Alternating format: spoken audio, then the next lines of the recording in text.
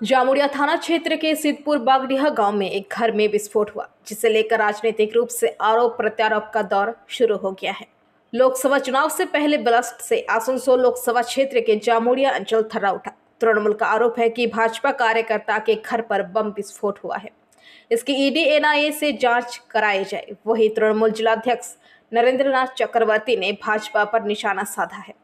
उन्होंने कहा कि सिद्धपुर बागडीहा गांव में एक घर में विस्फोट हुआ है। विस्फोट में घर क्षतिग्रस्त हो गया है।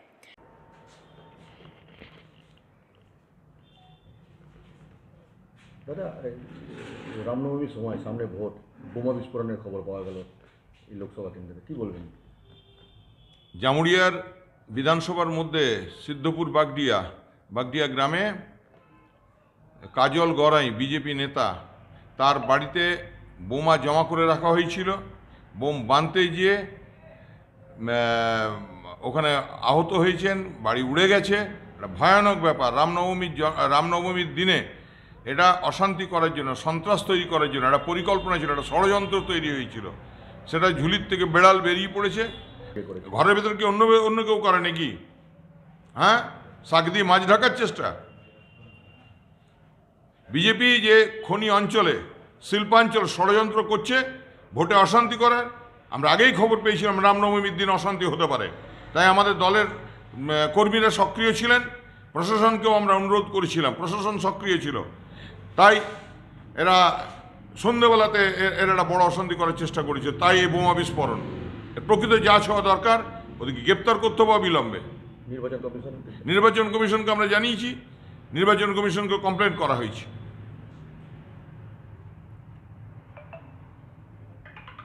दूसरी तरफ भाजपा नेता संतोष सिंह ने कहा कि आरोप पूरी तरह से बेबुनियाद है। ये तृणमूल का काम है और भाजपा कर्मी को फंसाने की साजिश है।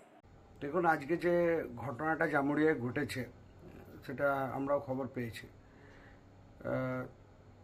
পশ্চিমবাংলায় বোম বিস্ফোট হওয়া এটা খুব ন্যাচারাল ব্যাপার। আর ভোটের সময় যেভাবে তৃণমূল বুঝে গেছে যে তারা হারতে চলেছে, তারা এলাকা জুড়ে একটা সন্ত্রাসের বাতাবরণ তৈরি করার চেষ্টা করছে। তারা চাইছে ভোটার যাতে ভীত, সন্ত্রস্ত, বিভ্রান্ত থাকুক, যাতে মানুষকে ভয় দেখিয়ে ভোট লুট করা যায়। কারণ তারা জেনে গেছে যে আমাদের প্রার্থী আলু আলিয়াজি হওয়ার পর থেকে তাদের মধ্যে একটা ভয়ের সঞ্চার হতে শুরু করে দিয়েছে। কারণ কি, তাদের প্রার্থী মার্কেটে নেই, তাদের প্রার্থীর বিরুদ্ধে নিখোঁজ পোস্টার পড়ছে। তারা এখন সন্ত্রাসকেই অবলম্বন করে এগিয়ে যাচ্ছে। এবং যে ঘটনাটা আজকে ঘটেছে সেটা তৃণমূলের প্ল্যান্টেড ঘটনা। এবং এই ঘটনার পেছনে আমরা চাই যে নিরপেক্ষভাবে যাতে এর সিবিআই তদন্ত হয় এবং যারা দোষী তারা যাতে শাস্তি পায়। কারণ কি, খাগড়াগড়ের দোষীরাও শাস্তি পাক।